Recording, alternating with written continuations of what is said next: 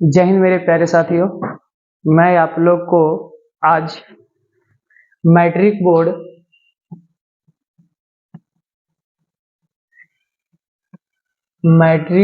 2024 का इम्पोर्टेंट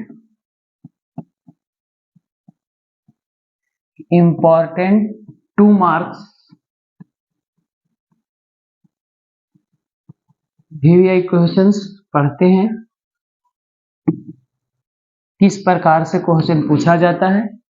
जिस चैप्टर का नाम केमिस्ट्री में पढ़ेंगे, हम कौन सी में पढ़ेंगे बाबू? केमिस्ट्री में। केमिस्ट्री नाम है, चैप्टर का नाम है अम्ल क्षार लवण। अम्ल क्षार लवण नाम की चैप्टर से पढ़ेंगे। इसमें बहुत सारे पॉइंट्स आएंगे। इस पॉइंट्स के हम लोग देखेंगे किस प्रकार से एग्जाम में कौन पॉइंट्स कैसे पूछा जाता है बाबू। इसी के साथ मैं आप लोग को चलिए डायरेक्ट पॉइंट्स पे चलते हैं कि किस प्रकार से पूछा जाता है। कहा जाता है हम 2 मार्क्स एग्जाम में 2 मार्क्स वाले प्रश्न एग्जाम में अगर याद कर लेंगे, जितना बताता हूं उतना, तो आप जिस प्रकार से हम बताएंगे उस प्रश्न को अगर बारीकी से पढ़ लीजिएगा तो आपको एक्चुअल नंबर देगा। 2 मार्क्स के 2 मार्क्स देगा नंबर।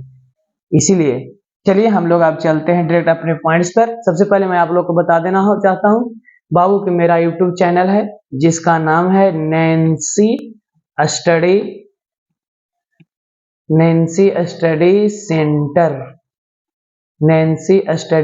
सेंटर यूट्यूब चैनल है। इस चैनल को लाइक करिएगा, सब्सक्राइब करिएगा एंड अपने दोस्तों में शेयर करिएगा। चलिए देखिए किस प्रकार से एग्जाम में पूछा जाता है, इससे रिलेटेड हम उसके पे बात करते हैं बाबू। चलिए देखिए, हम लोग को प्रश्न है, हम लोग को चैप्टर पढ़ना है जिस चैप्टर का नाम है अम्ल भस्म और लवण। अम्ल भस्म और लवण। चलिए कहता है सबसे पहले अम्ल क्या है। अम्ल का इंग्लिश में बोला जाता है एसिड। क्या बोला जाता है बाबू? एसिड। कहता है वैसी रासायनिक पदार्थ या भौतिक या यौगिक जो स्वाद में खट्टा होता है। ये ऑब्जेक्टिव में आती है कि अम्ल क्या होता है? स्वाद में खट्टा होता है एवं धातु से अभिक्रिया कर जलीय घोलों में हाइड्रोजन आयन देता है। ये भी याद रखिएगा, ये भी ऑब्जेक्टिव पूछता है। देता है या गैस मुक्त करता है, उस रासायनिक पदार्थ को हम अम्ल कहते हैं। क्या कहते हैं बाबू? अम्ल कहते हैं।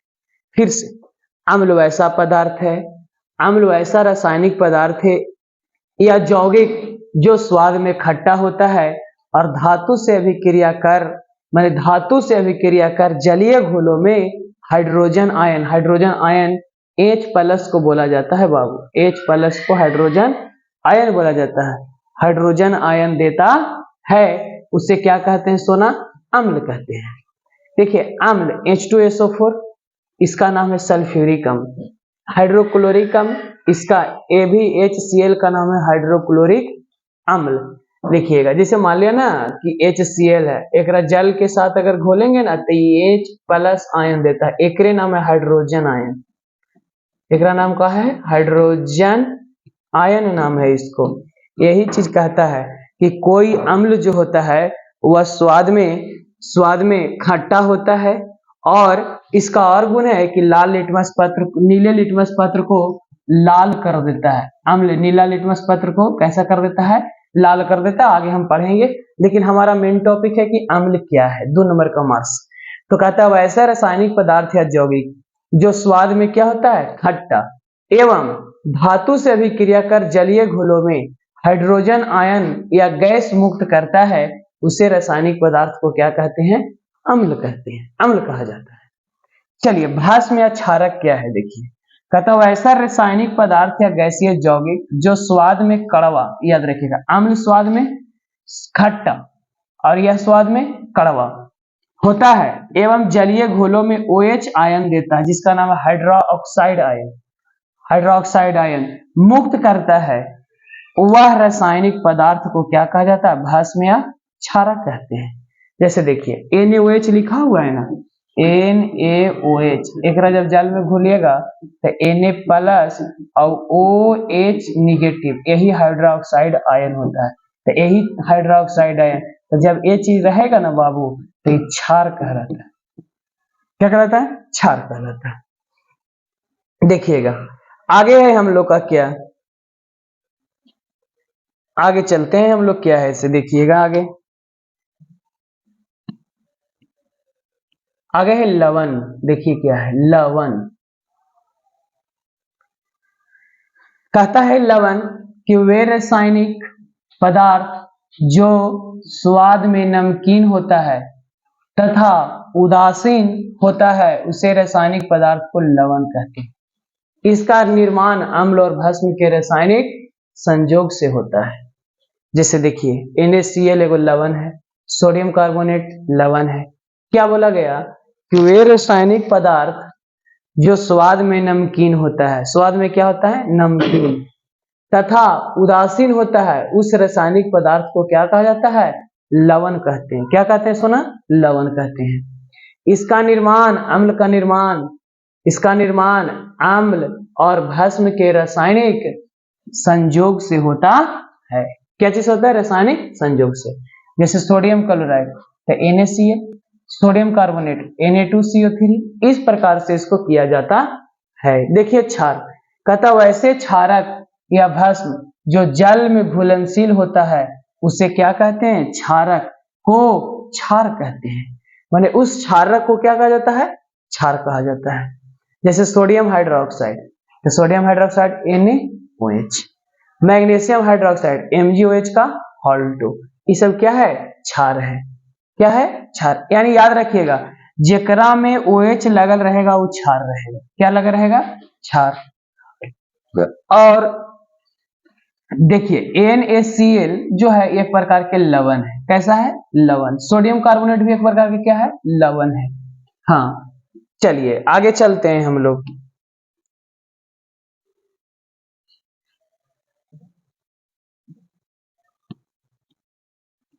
चलिए लिखिए, देखिए आगे है क्या, अम्ल कितने प्रकार के होते हैं। कहता है अम्ल को उसकी प्रकृति के आधार पर, अम्ल को उसकी प्रकृति के आधार पर दो भागों में बांटा गया है। कितने भागों में बाबू? दो भागों में। अम्ल दो प्रकार के होते हैं जो निम्नलिखित है। पहला हाइड्राम्ल और दूसरा ऑक्सीअम्ल। याद रखिएगा अम्ल कितने प्रकार के, उसकी प्रकृति के आधार पर दो प्रकार के, जिसका पहला नाम है हाइड्राम्ल और दूसरा का नाम है ऑक्सीअम्ल। हाइड्राम्ल क्या है? कहता है वैसा अम्ल जिसमें विस्थापनशील हाइड्रोजन परमाणु पाए जाते हैं परंतु ऑक्सीजन परमाणु नहीं पाए जाते हैं, उस अम्ल को हाइड्राम्ल कहते हैं। हाइड्राम्ल कहने का मकसद वह है बाबू कि जेकरा में सिर्फ हाइड्रोजन रहती है ऑक्सीजन नहीं रहेगा, जेकरा में सिर्फ हाइड्रोजन रहती है ऑक्सीजन नहीं रहेगा, वह हाइड्राम्ल कहलाता है। क्या अम्ल कहलाता है? हाइड्राम्ल कहलाता है। चलिए देखिए ऑक्सी अम्ल किसको कहते हैं। ये कहता है आपको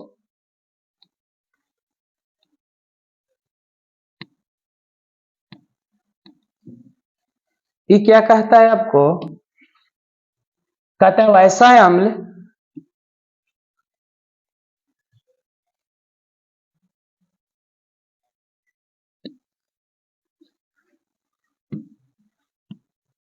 कहता है ऑक्सी अम्ल वैसा अम्ल जिसमें विस्थापन हाइड्रोजन परमाणु के साथ साथ ऑक्सीजन परमाणु भी पाए जाते हैं, उस अम्ल को ऑक्सी अम्ल कहते हैं। क्या कहते हैं? ऑक्सी अम्ल। कहने का मकसद ये है कि ऑक्सी अम्ल उसको कहते हैं जेकरा में क्या, तो जेकरा में नाइट्रोजन, जेकरा में हाइड्रोजन और ऑक्सीजन दोनों रहेगा, जेकरा में हाइड्रोजन और H और O दोनों अगर लुक जाएगा ना बाबू, दिखाई देने लगेगा, तो समझिएगा कि ऑक्सी अम्ल है। कौन अम्ल है? ऑक्सी अम्ल। तो सल्फ्यूरिक एसिड H2SO4 ऑक्सी अम्ल, नाइट्रिक एसिड HNO3 ऑक्सी अम्ल। चलिए अगला है क्या आप लोग को? कार्बनिक अम्ल।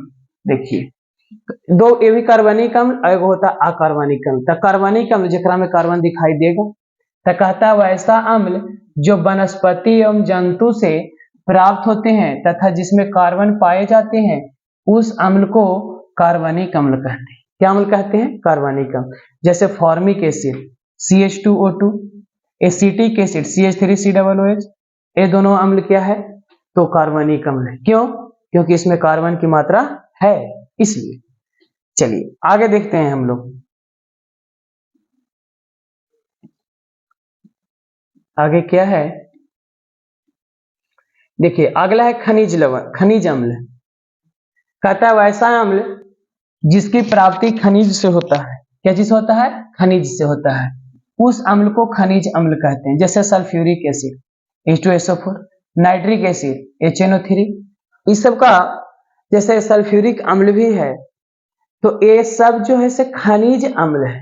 जैसे वैसा अम्ल जिसकी प्राप्ति खनिज से होता है, इसका कोई अयस्क है, उस अयस्क से खनिज प्राप्त कर करके हम उसको प्राप्त करते हैं, तो उसको कहा जाता है खनिज अम्ल। देखिए सांद्र अम्ल, कहता है जिस घोल में अम्लीय गैसियों की मात्रा अधिक और जल की मात्रा कम होती है, उस अम्ल को सांद्र अम्ल कहते हैं। याद रखिएगा, यानी गैस की मात्रा अधिक रहती है ना, यानी अधिक रहेगा कुछ की मात्रा गैस की, तब वैसे घोल को हम सांद्र अम्ल कहते हैं, सांद्र घोल कहते हैं, सांद्र अम्ल कहते हैं। यानी कहता है कि जिस घोल में अम्लीय गैसों की मात्रा अधिक और जल की मात्रा कम होती है, याद रखिएगा, यानी अम्ल की मात्रा गैस में अधिक और जल की मात्रा कम, तो उस अम्ल को सांद्र अम्ल कहते हैं। क्या अम्ल कहते हैं? सांद्र अम्ल। जैसे H2SO4 जो है, एकरा में क्या है? अधिक गैसें रहती है और जल की मात्रा कम रहती है H2SO4 में, सल्फ्यूरिक एसिड में। आगे देखिए तनु अम्ल, तनु अम्ल जस्ट उसका अपोजिट है। क्या है? तो देखिए कहता है कि जिस घोल में अम्लीय गैसों की मात्रा कम और जल की मात्रा अधिक होती है, तो उस अम्ल को तनु अम्ल कहते हैं। कौन अम्ल कहते हैं? तनु अम्ल कहते हैं। यानी फिर से, जिस घोल में अम्लीय गैस की मात्रा कम और जल की मात्रा अधिक होती है, तो उस अम्ल को हम कौन अम्ल कहते हैं? तनु अम्ल कहते हैं। कौन अम्ल बाबू? तनु अम्ल। हाँ, आगे चलते हैं हम लोग। चलिए आगे देखिए कौची है? प्रबल अम्ल है। आगे क्या है बाबू? प्रबल अम्ल। कहता है वैसा अम्ल जो जल में घुलकर पूर्णतः आयनित होकर हाइड्रोजन आयन देता है, उस अम्ल को प्रबल अम्ल कहते हैं। यानी जेकरा में हाइड्रोजन उपस्थित रहेगा वो प्रबल अम्ल कहलाएगा, जेकरा में कार्बन अपोजिट उपस्थित रहेगा वो दुर्बल अम्ल कहलाएगा। यानी कार्बनिक अम्ल को दुर्बल अम्ल कहते हैं और ऑक्सी अम्ल को हम लोग प्रबल अम्ल कहते हैं। जैसे देखिए HCl और हाइड्रा अम्ल दोनों है, तो ये कौन अम्ल है? हाइड्रा अम्ल है, क्योंकि एकरा में हाइड्रोजन है। HNO3 हाइड्रा ऑक्सी दोनों है। H2SO4 ऑक्सी अम्ल है, ये भी ऑक्सी अम्ल है। तो इस जेकरा में हाइड्रोजन और यानी जिसको में हाइड्रोजन रहता है, जो घुल करके H+ देने की क्षमता रख रहा है, तो उसको हम कहेंगे कि प्रबल अम्ल है। और दुर्बल अम्ल वैसा अम्ल जो जल में घुलकर आंशिक रूप से आयनित होते हैं, अर्थात बहुत कम मात्रा में H आयन देते हैं, उस अम्ल को दुर्बल अम्ल कहते हैं। जैसे दुर्बल अम्ल हो जाएगा CH3COOH,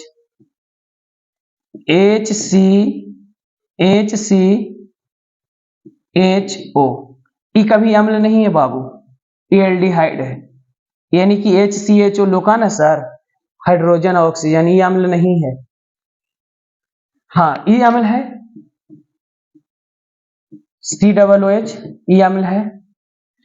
CH3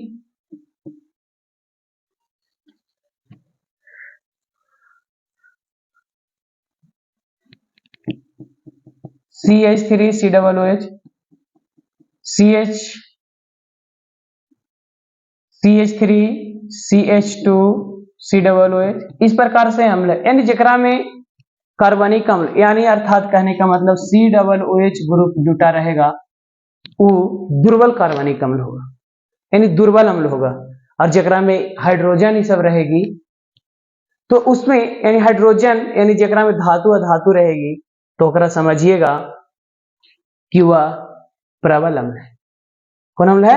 प्रबल अम्ल है। चलिए आगे चलते हैं हम लोग। देखिए अम्ल में पाए जाने वाले गुणों को लिखें, एग्जाम में आएगा 2 नंबर में। कि अम्ल में पाए जाने वाले गुणों को लिखें। सबसे पहले अम्ल स्वाद में खट्टा होता है, यह विषैला एवं तीव्रनाशक भी होता है। विषैला भी होती है अम्ल और तीव्रनाशक भी होता है, किसी चीज को, जीवाणु को, विषाणु को नष्ट करने वाला होता है। यह रंगहीन या उजले होते हैं। रंगहीन या क्या होते हैं? उजले होते हैं, कलरलेस। और कैसा होता है? उजला होता है। ये जल में घुलनशील होते हैं। अम्ल जो होता है वो जल में क्या होता है? घुलनशील। यह नीले लिटमस पत्र को लाल कर देता है। देखिए अगला गुण क्या है? तो अम्ल नीले लिटमस पत्र को क्या कर देता है? लाल कर देता है। कुछ अम्ल तीखे गंध वाले भी होते हैं। कैसा गंध वाले? तीखा गंध वाले। हाँ, माने गंध उसका होती है। ये धातु जल तथा भस्म के साथ अभिक्रिया करते हैं। यानी अम्ल जो होता है वो धातु के जल तथा भस्म के साथ अभिक्रिया करते हैं और करके लवण और जल बनाता है। यह जल में घुलकर हाइड्रोजन आयन देते हैं। कौन देता है? अम्ल देता है। बोला था ना कि H+ आयन देता है, इसी का नाम है हाइड्रोजन आयन देता है। तो कौन देता है? अम्ल देता है। आगे हमको भस्म कितने प्रकार के होते हैं? तो कहता है भस्म को उसके जल में घुलनशील के आधार पर भस्म मुख्यतः दो भागों में बांटा गया है, एगो घुलनशील भस्म और एगो अघुलनशील भस्म। यहां तक के हम समझें, आगे क्या है इसके बाद समझेंगे। देखिए कहता है घुलनशील भस्म क्या है? तो वैसा भस्म जो जल में घुलनशील होता है उसे घुलनशील भस्म कहते हैं। इसे क्षार भी कहा जाता है। यानी भस्म को, घुलनशील भस्म को हम क्षार कह सकते हैं। जैसे पोटेशियम हाइड्रोक्साइड जल में घुल जाता है, सोडियम हाइड्रोक्साइड जल में घुल जाता है, कैल्शियम हाइड्रोक्साइड जल में घुल जाता है। तो ये सब घुलनशील भस्म या क्षार है। क्या है? भस्म या क्षार है, क्षार है। अघुलनशील भस्म, वैसा भस्म जो जल में घुलनशील नहीं होता है उसे अघुलनशील भस्म कहते हैं। कुछ कहते हैं अघुलनशील, जैसे zinc oxide, ferric oxide, aluminium oxide. तो इस प्रकार के जितना भी यौगिक है ये सब जल में नहीं घुलती है, तो ये सब अघुलनशील भस्म है और यह घुलनशील भस्म है। और घुलनशील भस्म को ही क्या कहा जाता है? क्षार। ये भी ऑब्जेक्टिव में आता है कि वे पदार्थ जो जल में घुल जाते हैं क्या कहलाते हैं? पूछेगा, वे पदार्थ जो जल में घुल जाते हैं, जल में घुल जाते हैं क्या कहलाते हैं? तो क्षार कहलाते हैं। यानी घुलनशील भस्म को क्या कहते हैं? क्षार कहते हैं। इस प्रकार से हमको लोग को पूछा जाता है। आगे चलते हैं, क्या है प्रबल भस्म देखिए और दुर्बल भस्म क्या है। कहता वैसा भस्म जो जलीय विलयन में पूर्णतः आयनित होकर अधिक मात्रा में OH हाइड्रोक्साइड आयन, OH मतलब हाइड्रोक्साइड आयन, हाइड्रोक्साइड आयन देते हैं, उस भस्म को हम प्रबल भस्म कहते हैं। कौन भस्म कहते हैं बाबू? प्रबल भस्म कहते हैं। जैसे सोडियम हाइड्रोक्साइड, KOH, ये सब प्रबल भस्म है। दुर्बल भस्म, वैसा भस्म जो जलीय विलयन में आंशिक रूप से आयनित होकर बहुत कम मात्रा में OH आयन देते हैं, उस भस्म को हम दुर्बल भस्म कहते हैं। कुछ कहते हैं दुर्बल भस्म कहते हैं। क्या कहते हैं? दुर्बल भस्म कहते हैं। चलिए, जैसे में आपको लिखा हुआ है कैल्शियम हाइड्रोक्साइड, मैग्नीशियम हाइड्रोक्साइड, ये सब लिख दिया है। कैल्शियम हाइड्रोक्साइड और कौन सी है? Magnesium hydroxide. आगे कहता है क्या कि भस्म में पाए जाने वाले गुण को लिखिए कि भस्म के गुण क्या है। जैसे भस्म में पाए जाने वाले प्रमुख गुण निम्नलिखित है। पहला, ये स्वाद में कड़वा और कौची होता है? तीखा होता है। कड़वा और क्या होता है? तीखा होता है। यह रंगहीन तथा गंधहीन होता है। एकर कोई कलर नहीं और न इसमें गंध होती है। यह लाल लिटमस पत्र को कैसा कर देता है? नीला कर देता है। इसका जलीय विलयन साबुन की तरह कैसा होता है? चिकना होता है। क्षार जो होगा वो साबुन की तरह क्या होगा? चिकना होगा। इसका घोल त्वचा को हानि पहुंचाता है। यानी क्षार का जो घोल रहता है वो हम लोग के शरीर के त्वचा को क्या करते हैं? हानि पहुंचाता है। यह अधातु जल तथा अम्ल से अभिक्रिया करता है। यह अधातु जल तथा अम्ल से क्या करता है? अभिक्रिया। यह अम्ल से अभिक्रिया कर एक दूसरे को उदासीन बना देती है, जिससे से लवण का निर्माण होता है। यह जल में घुलकर OH आयन देता है। इस प्रकार से हम अम्ल और क्षार में अंतर भी लिख सकते हैं और गुण भी लिख सकते हैं। अम्ल और क्षार में गुण। कहता है लवण कितने प्रकार के होते हैं? तो आगे है कि लवण को उसके प्रकृति के आधार पर सामान्यतः 3 भागों में बांटा गया है। प्रकृति के आधार पर सामान्य लवण, अम्लीय लवण, क्षारीय लवण। चलिए अब बारी बारी से पढ़ेंगे हम। देखिए क्या कहता है। सामान्य लवण वैसा लवण जिसमें विस्थापनशील हाइड्रोजन या समूह नहीं पाए जाते हैं, उस लवण को सामान्य लवण कहते हैं। यानी वैसे लवण जेकरा में हाइड्रोजन की मात्रा नहीं पाई जाती है। बताइए, इसमें हाइड्रोजन है, इसमें भी हाइड्रोजन है, इसमें भी हाइड्रोजन है, इसमें भी हाइड्रोजन है, नहीं है ना? तो नहीं है तो कौन लवण कहलाएगा? सामान्य लवण कहलाएगा। अम्लीय लवण वैसा लवण जिसमें अम्ल की मात्रा अधिक तथा भस्म की मात्रा कम होती है, उस लवण को अम्लीय लवण कहते हैं। यानी जेकरा में हाइड्रोजन नेसेसरी रहेगा, तो उसको समझिएगा कि कौन लवण है? अम्लीय लवण। देखिए H है ना, H है ना, तो एकरा नाम है कौन लवण? अम्लीय लवण।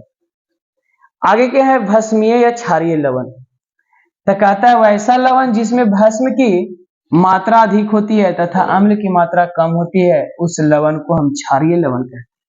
जैसे MgOH का हॉल्ट, देखिए OH है, यहाँ भी OH लगा हुआ है, तो ये भस्म है, भस्मीय लवण है। लवण में पाए जाने वाले गुण को लिखें। एग्जाम में भी 2 नंबर पूछ सकता है कि लवण में पाए जाने वाले गुण को लिखें। तो कहता है लवण में पाए जाने वाले प्रमुख गुण लिखित है। यह स्वाद में कैसन होता है? नमकीन। इसका जलीय घोल कैसा होता है? उदासीन। जलीय घोल अम्लीय भी होता है। जलीय घोल क्या हो सकता है? अम्लीय भी। इसका जलीय घोल क्षारीय भी होती है। ये उदासीन भी होता है। ये अम्ल और क्षार से मिलने से क्या होता है? बनता है। और इससे प्रक्रिया को हम उदासीनीकरण भी कहते हैं। यानी अम्ल जिस प्रोसेस से निर्माण होता है, उस अभिक्रिया का नाम होता है उदासीनीकरण अभिक्रिया। ये भी हम कह सकते हैं। तो इस प्रकार से हमको लवण के क्या है? गुण है। चलिए अगला बहुत इंपॉर्टेंट पॉइंट्स है, ये भी 2 नंबर का बहुत पूछती है कि बताइए सूचक क्या है? कहता है वैसा पदार्थ या वस्तु जिसका इस्तेमाल किसी पदार्थ के अम्लीय, क्षारीय तथा उदासीन होने का पता लगाने के लिए किया जाता है, उस पदार्थ को सूचक कहते हैं। क्या कहते हैं? सूचक कहते हैं। इंडिकेटर पे, जैसे यह अपने रंग के परिवर्तन के द्वारा किसी पदार्थ के अम्लीय, क्षारीय या उदासीन होने की सूचना देता है, उसे हम क्या कह सकते हैं? सूचक कहते हैं। यही है। जैसे लिटमस हो गया, मिथाइल ऑरेंज, फिनोल्फ्थेलीन, ये सब एक सूचक पत्र है, सूचक पदार्थ है। एक पर अम्ल की मात्रा डालने से क्या होगा? क्षार की मात्रा डालने से क्या होगा? ये सब सूचक पदार्थ है। Litmus, methyl orange, phenolphthalein. अगला विद्युत अपघट क्या है?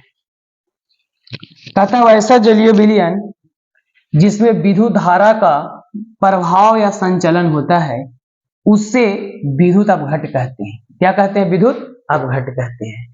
सभी अम्ल, भस्म और लवण के जलीय विलयन विद्युत अपघट होते हैं। सभी अम्ल, भस्म और लवण के जलीय विलयन क्या होता है? विद्युत अपघट होते हैं। हाँ, विद्युत अनपघट क्या है? तो कहता है वैसा जलीय विलयन जिससे विद्युत धारा का प्रभाव या संचलन नहीं होता है, उसे विद्युत अनपघट कहते हैं। उसे क्या कहते हैं? विद्युत अनपघट कहते हैं। यानी जिकरा में विद्युत धारा का प्रवाह नहीं होता है, और जो विद्युत धारा देने पर टूट जाता है उसे विद्युत अपघट, और जो विद्युत धारा देने पर नहीं टूटेगा वो विद्युत अपघट कहलाती है। यही पॉइंट्स। चलिए आगे देखिए क्या है? आयनन क्या है?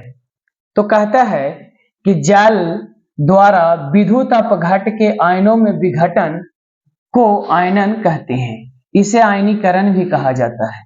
यानी कह रहा है कि यह जल द्वारा विद्युत अपघट के आयनों में, मतलब विद्युत धारा देने पर टूट जाती है, उसके आयनों में विघटन होने की घटना को हम आयनन कहते हैं, या इसे आयनीकरण भी कह सकते हैं। चलिए अगला बहुत इंपॉर्टेंट पॉइंट से बाबू देखिए क्या है।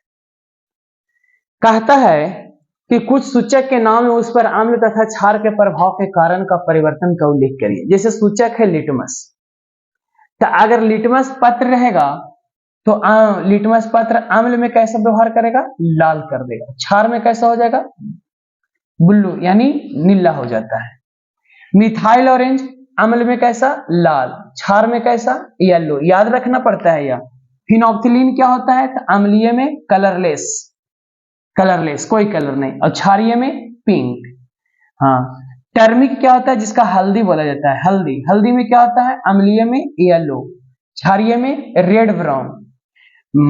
बेटरॉट माने चुकंदर में क्या हो सकता है, अम्लीय अम्ल पदार्थ को डालेंगे रेड वायलेट, और क्षारीय में येलो हो जाएगा। रेड कॉवेज में क्या होता है, तो अम्लीय रेड वायलेट हो जाएगा, और क्षारीय क्या हो जाएगा, ग्रीन हो जाएगा। रेड कॉवेज माने लाल को भी। हाँ चलिए आगे देखते हैं हम लोग क्या होता है ऐसे। कहता है कुछ पदार्थ के नाम एवं उसमें पाए जाने वाले अम्ल के नाम लिखने पड़ती है, ये भी याद करना बहुत जरूरी रहती है। कहता है कुछ मुख्य पदार्थ के नाम एवं उसमें पाए जाने वाले अम्ल के नाम निम्नलिखित है। जैसे लेमन या ऑरेंज जूस में सिट्रिक एसिड पाया जाता है। क्या पाया जाता है, सिट्रिक एसिड। सेब में मॉलिक एसिड, इमली में टार्टेरिक एसिड, कर्ड में लैक्टिक एसिड, टोमेटो में ऑक्जेलिक एसिड, टी माने चाय में tannic acid, red ant formic acid, फिर विटामिन सी में एस्कॉर्बिक एसिड, अष्टमिक जूस अमाशय रस में हाइड्रोक्लोरिक एसिड, सिरका में एसिटिक एसिड। ये हमको याद करना पड़ता है कि क्या होती है सर। चलिए आगे देखते हैं कि क्या होता है। आगे क्या है, पीएच क्या है। देखिए कहता है कि पीएच क्या है। कह रहा है कि पीएच का पूरा नाम पोटेंस ऑफ हाइड्रोजन होता है, जिसे पावर ऑफ हाइड्रोजन भी कहते हैं, जिसका शाब्दिक अर्थ हाइड्रोजन की अर्थात किसी विलयन में उपस्थित आयन की, हाइड्रोजन आयन की सांद्रता के लघु गणक के ऋणात्मक मान के पीएच होते हैं। उदासीन विलयन का पीएच मान 7 के बराबर, अम्लीय विलयन का पीएच मान 7 से कम, जबकि क्षारीय विलयन का पीएच मान 7 से क्या होता है, अधिक होता है। देखिए क्या होता है इसे, एक बार स्केल रहता है, यहाँ पे 7 रहती है अंक। मान लिया यहाँ 0 से स्टार्ट होता है, यहाँ 1 2 3 4 5 6 7 8 9 10 11 12 13 और यहाँ पे पॉइंट रहते 14। ठीक है, इस प्रकार से। तो बाबू रे इधर से इधर जितना रहेगा ना, ये सब अम्लीय रहता है, कुछ रहता है अम्लीय, और ये वाला जो 7 जिसका रहेगा ना, इसका उदासीन रहता है, और इधर से इधर चल गया ना तो ये क्षार का हो जाता है। तो देखिए पीएच बराबर फार्मूला होता है लॉग बटा हाइड्रोजन आयन, ये होती है लॉग बटा हाइड्रोजन आयन। इस फार्मूला होता है पीएच का। इसका दिया था सोरेनसन नामक वैज्ञानिक ने इस स्केल के बारे में। सोरेनसन 1909 ईस्वी में बताया था कि किसी भी चीज का हम अम्लीय शक्ति या क्षारीय शक्ति को माप सकते हैं इस प्रकार से। तो याद रखिएगा कि 7 जिसका रहता है उसको उदासीन कहते हैं, 7 से कम रहता है उसको अम्लीय कहते हैं, 7 से अधिक वाला को क्या कहते हैं, क्षार कहते हैं। इस प्रकार से देखिए आगे हमारा क्वेश्चन था कि पीएच के दैनिक जीवन में उपयोग को क्या करें, लिखें। तो कहता है हमारे दैनिक जीवन में पीएच के बहुत ही महत्वपूर्ण भूमिका है। पीएच के प्रमुख उपयोग निम्नलिखित है, जिसका यहां से हम लोग चलेंगे कि पहला उपयोग क्या है। कहता है पीएच का, ये हमारे भोजन को पचाने में मदद करता है। पीएच स्केल हमारे भोजन को पचाने में क्या करता है, मदद करता है। मुंह के अंदर 5.5 से कम पीएच रहने पर दांत क्षतिग्रस्त हो जाती है, इसको काई लगल कहते हैं। हाँ, गंध देने लगती है, स्मेल देने लगती है। कहता है बर्तनों में लगे धब्बों आदि पर जमे परत को साफ करने में मदद करता है। कौन, पीएच। तो दैनिक जीवन में हमारे पीएच स्केल से हम इसको कर सकते हैं। यह मिट्टी में पीएच की मात्रा 7 से कम रहने पर, उसके आसपास रहने पर पौधे या फसलों में क्या करती है, वृद्धि होती है। पीएच का पॉइंट्स रहने पर। हाँ, कहता है तालाब, नदी, पोखर इत्यादि पीएच का रहने पर जलीय जीव जंतु का अस्तित्व संकट में पड़ जाता है। पीएच रहने पर, अम्लीय रहने पर या क्षारीय रहने पर कहता है। हाँ, पीएच में रहने पर। अत्यधिक पीएच वाले वस्तु का इस्तेमाल खुजलाहट को कम करने के लिए भी किया जाता है। खुजली हो रहा है तो उसमें किया जाता है। कहता है बिलियन के नाम उसमें पाए जाने वाले पीएच की मात्रा को लिखिए। देखिए क्या है से, कहता क्या है कि नींबू का रस में पीएच की मान कितना पाया जाता है, 2.5, टमाटर का रस में 4.1, दूध में 6.5, शुद्ध जल में 7.0। इसीलिए कहा जाता है शुद्ध जल कैसा होता है, उदासीन होता है। पसीना में 4.5, आंसू में 7.3, खून में 7.4, सिरका में 3.0, अम्लीय वर्षा 5.6, चूना 11, पेशाब 6, पित्त 7.5 से 8.8, अमाशय रस 1। इस प्रकार से हम लोग पीएच स्केल की मान याद कर सकते हैं कि कौन चीज में कितना पीएच पाई जाती है। चलिए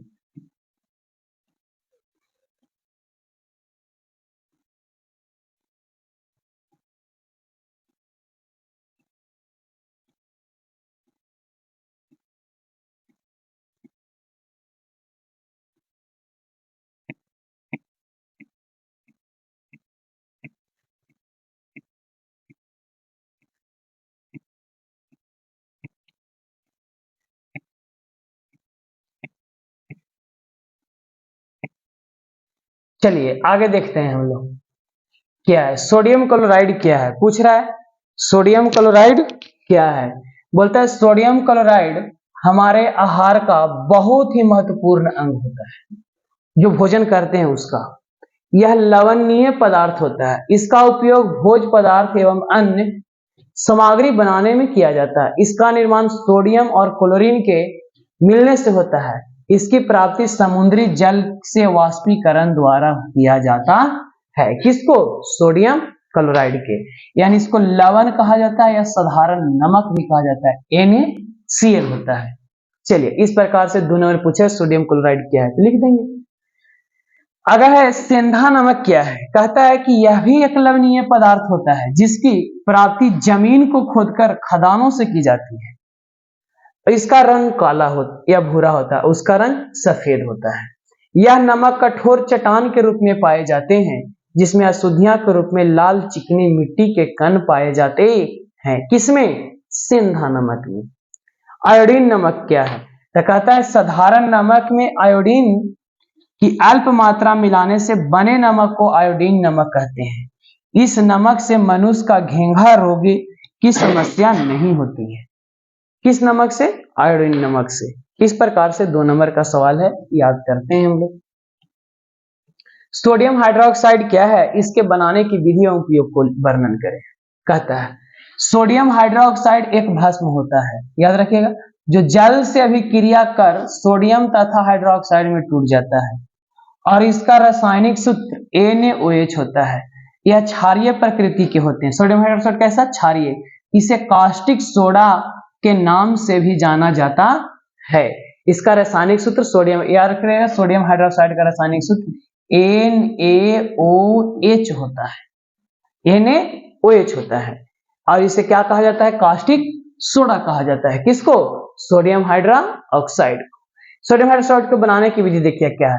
सोडियम हाइड्रोक्साइड का निर्माण क्लोर एल्कली विधि द्वारा किया जाता है। कौन सी के द्वारा, क्लोर कली विधि द्वारा किया जाता है। किसको, सोडियम हाइड्रोक्साइड का किया जाता है। इस विधि में NaCl के संतृप्त जलीय विलयन में विद्युत धारा प्रवाहित कर विद्युत अपघटन की प्रक्रिया कराई जाती है, जिससे NaCl के जलीय विलयन अपघटित होकर Na+Cl- में टूट जाता है, क्लोरीन गैस तथा सोडियम धातु में परिवर्तित हो जाता है। इसके पश्चात सोडियम धातु प्लस आयन Na+ और लवण H2 जल जो है H2O से अभिक्रिया कर सोडियम हाइड्रोक्साइड का निर्माण करता है। जैसे देखिए सोडियम को जल से अभिक्रिया किया, तो NaOH बना लिया और हाइड्रोजन गैस क्या हो जाता है, बाहर निकल लेता है। तो ये सोडियम है, ये वाटर है, ये सोडियम हाइड्रोक्साइड, और ये क्या है, हाइड्रोजन है। हाँ, इस प्रकार से। अब सोडियम हाइड्रोक्साइड के उपयोग क्या है, तो देखिए उपयोग क्या है इसे। चलिए, एग्जाम में पूछा जाता है गुण उपयोग लिखिए। कहता है सोडियम हाइड्रोक्साइड के प्रमुख उपयोग निम्नलिखित है। पहला, इसका उपयोग साबुन, सर्फ, कागज, वस्त्र इत्यादि के निर्माण में किया जाता है। किसका उपयोग, सोडियम हाइड्रोक्साइड को। इसका उपयोग जल को शुद्ध करने, नालियों एवं बहुत सारे धातु को भी सफाई करने में किया जाता है। किसको, सोडियम हाइड्रोक्साइड को।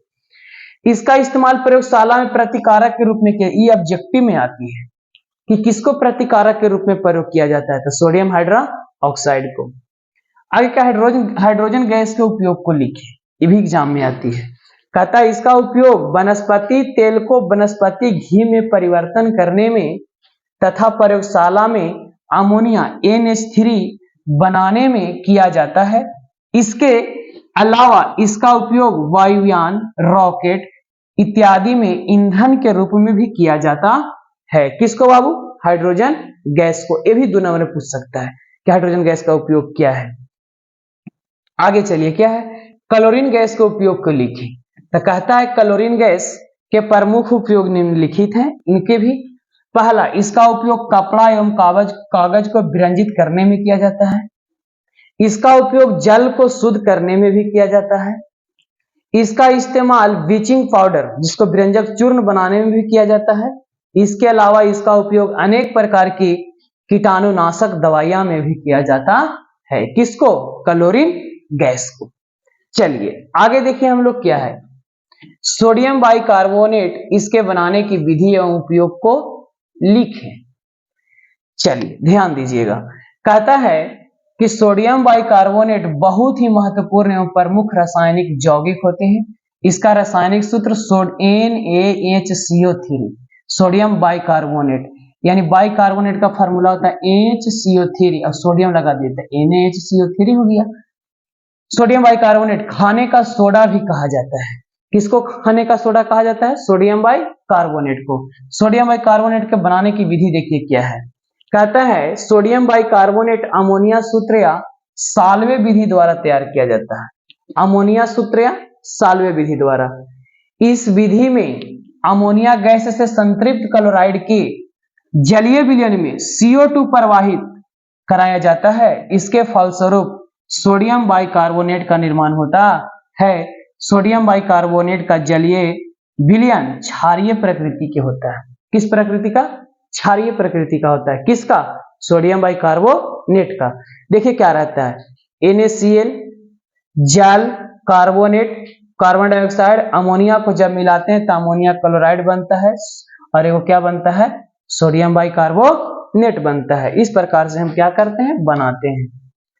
सोडियम बाइकार्बोनेट का उपयोग देखिए क्या है।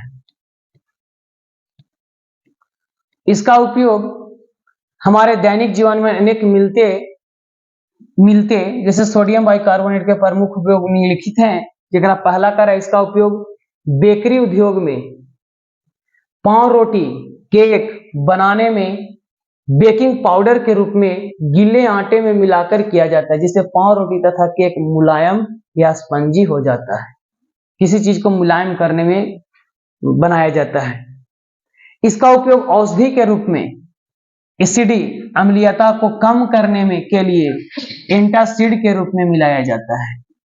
आगे कहता है इसका उपयोग अग्निशामक यंत्र में भी किया जाता है।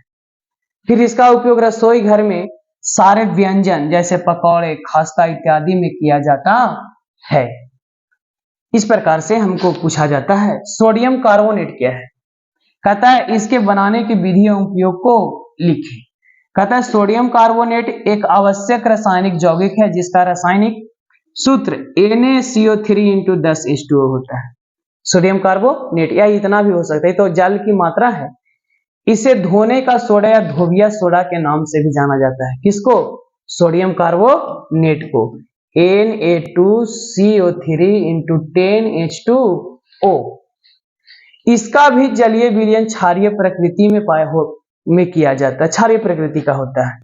सोडियम क्लोराइड के बनाने की विधि, सोडियम क्लोराइड के बनाने की विधि देखिए क्या है, कहता है सोडियम क्लोराइड के बनाने की विधि क्या है से समझिएगा। कहता है सोडियम क्लोराइड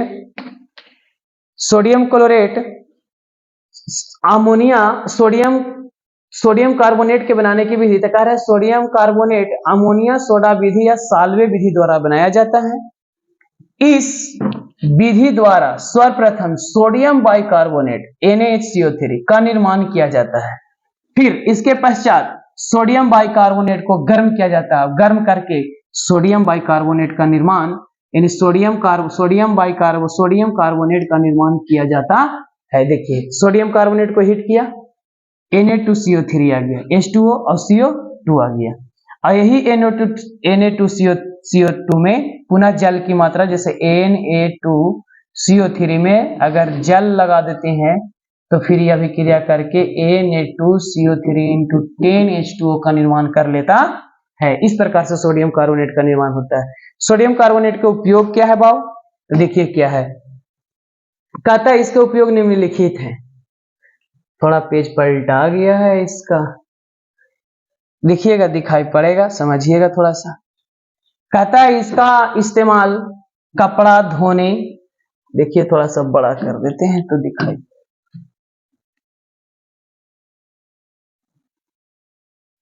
कहता है इसका इस्तेमाल कपड़ा धोने तथा प्रयोगशाला में प्रतिकारक के रूप में किया जाता है। फिर आगे कहता है फैक्ट्री में कागज, साबुन, कांच, सफाई इत्यादि के निर्माण में भी इसका उपयोग किया जाता है। इसका इस्तेमाल जल में पाए जाने वाले खारा पान को दूर करने के लिए, यानी खारा पानी को दूर करने के लिए भी किया जाता है। आगे विरंजक चूर्ण क्या है, इसके बनाने की विधि का कार्यों का वर्णन करें। कहता है विरंजक चूर्ण बहुत ही आवश्यक, उपयोगी, लाभप्रद यौगिक होता है। यह एक सफेद रंग गंध युक्त चूर्ण होता है। यह जल में अपघटित होकर कैल्शियम क्लोराइड तथा हाइपोक्लोराइड का निर्माण करता है। यह अत्यंत अस्थायी यौगिक है। इसका रासायनिक सूत्र CaOCl × Cl या CaOCl2 भी होता है। यह प्रकार से लिख सकते हैं। विरंजक चूर्ण बनाने की विधि क्या है, देखिए कहता है विरंजक चूर्ण बनाने के लिए सर्वप्रथम शुष्क बुझे हुए चूने को लेकर उसे 40 डिग्री सेंटीग्रेड पर गर्म किया जाता है। इसके पश्चात उसके ऊपर क्लोरीन गैस प्रवाहित किया जाता है। तो ऐसा करने से विरंजक चूर्ण का निर्माण होता है। जैसे कैल्शियम हाइड्रोक्साइड लिखा हुआ है, एक पर क्लोरीन गैस प्रवाहित किया, कैल्शियम हाइड्रोक्साइड को शुष्क बुझा हुआ चूना कहा जाता है, क्लोरीन तो क्लोरीन है, CaOCl × Cl बन गया, जल बाहर निकल गया, और यही इसी का नाम है विरंजक चूर्ण। विरंजक चूर्ण के उपयोग देखिए क्या है, तो कहता है विरंजक चूर्ण के उपयोग कीटाणुनाशक का कागज एवं कपड़ों के विरंजित करने में किया जाता है। फैक्ट्री में क्लोरीन, क्लोरोफॉर्म इत्यादि बनाने में भी किया जाता है। किसको बाबू, तो विरंजक चूर्ण को। आगे देखिए क्या, प्लास्टर ऑफ पेरिस क्या है, इसके बनाने की विधि एवं उपयोग को लिखें। देखिए प्लास्टर ऑफ पेरिस क्या है, ऐसे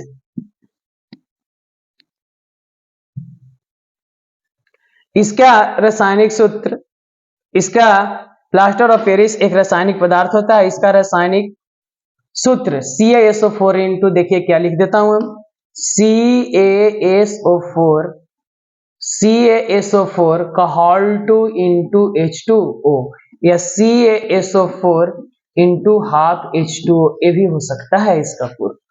देखिए आगे क्या है, इसको बनाने की विधि कैसी है, इसके बारे में हम लोग चर्चा करते हैं। देखिए क्या है, कहता है इसे कैल्शियम सल्फेट हेमीहाइड्रेट कभी कहते हैं। इसे POP प्लास्टर ऑफ पेरिस। तो कहता है प्लास्टर ऑफ पेरिस बनाने के लिए सर्वप्रथम जिप्सम CaSO4 × 2H2O, इस जिप्सम में और प्लास्टर ऑफ पेरिस में गड़ा देता है। तो यहाँ 2 लगा रहेगा, उसमें यहाँ 2 लगा दीजिएगा या हाफ लगा दीजिएगा, तैयार हो जाता है। CaSO4 × 2H2O को तीव्रता से गर्म किया जाता है, जिससे यह निर्जलीय होकर कैल्शियम सल्फेट का निर्माण करता है। इसके पश्चात जिप्सम को पुनः 120 डिग्री सेंटीग्रेड पर क्या किया जाता है, सावधानी पूर्वक गर्म किया जाता है, जिससे के फलस्वरूप प्लास्टर ऑफ पेरिस का निर्माण होता है। देखिए क्या किया हुआ, CaSO4 इंटू 2H2O, जिप्सम है 40 डिग्री सेंटीग्रेड पर गर्म किया तो CaSO4 into 2H2O plus 2H2O बना। और यही पुनः जब बना ना CaSO4 उसको क्या किया इंटू 2H2O, इसको हम क्या करते जल के साथ 120 डिग्री में पूरा गर्म किए तो क्या बना लिया, CaSO4 का होल 2 इंटू 2H2O बना लेता है। इसे प्लास्टर ऑफ क्या कहते हैं, पेरिस कहते हैं। प्लास्टर ऑफ पेरिस का उपयोग क्या है, तब प्लास्टर ऑफ पेरिस का उपयोग उनके प्रकार के अनेक प्रकार के खिलौने बनाने, मूर्ति बनाने या अन्य सामग्री बनाने में किया जाता है। इसके अलावा इसका उपयोग टूटी हड्डियों को बैठाने या जोड़ने में भी किया जाता है। जो प्लास्टर किया जाता है ना, प्लास्टर हड्डी उड्डी टूटता है हाथों तो वो प्लास्टर ऑफ पेरिस ही रहती है। सोडा एस क्या है, तो कहता है अनार्द्र सोडियम कार्बोनेट को सोडा एस कहते हैं। इसके निर्माण धोबिया सोडा को तीव्रता से गर्म करने पर किया जाता है। देखिए उत्प्लुलन क्या है, तो कहता है खुले वायु के उपस्थिति में जल को, मैंने कहता है एक ऐसी प्रक्रिया जिसमें सोडियम कार्बोनेट खुले वायु के उपस्थिति में जल को त्याग कर सोडियम कार्बोनेट मोनोहाइड्रेट के चूर्ण का निर्माण करते हैं, तो इस प्रक्रिया को हम क्या कहते हैं, उत्प्लुलन कहते हैं। क्या कहते हैं, उत्प्लुलन कहते हैं। क्या कहते हैं बाबू, उत्प्लुलन कहते हैं। चलिए मेरे प्यारे साथियों, मैं आप लोग को अम्ल, क्षार, लवण से रिलेटेड 2 मार्क्स का VVI 2024 बोर्ड केमिस्ट्री का हम लोग किए 2024 का। इसी के साथ मैं हम लोग इसको 2 वीडियो बनाए हैं। एक पहले ऑब्जेक्टिव सेक्शन का बना दिया हूं, फिर आप लोग इसका देखिएगा 2 मार्क्स का। मैं उम्मीद करता हूं कि आपको यह वीडियो पसंद आएगी। लाइक करिएगा, सब्सक्राइब करिएगा एंड अपने दोस्तों में शेयर करिएगा। जय हिंद मेरे प्यारे साथी।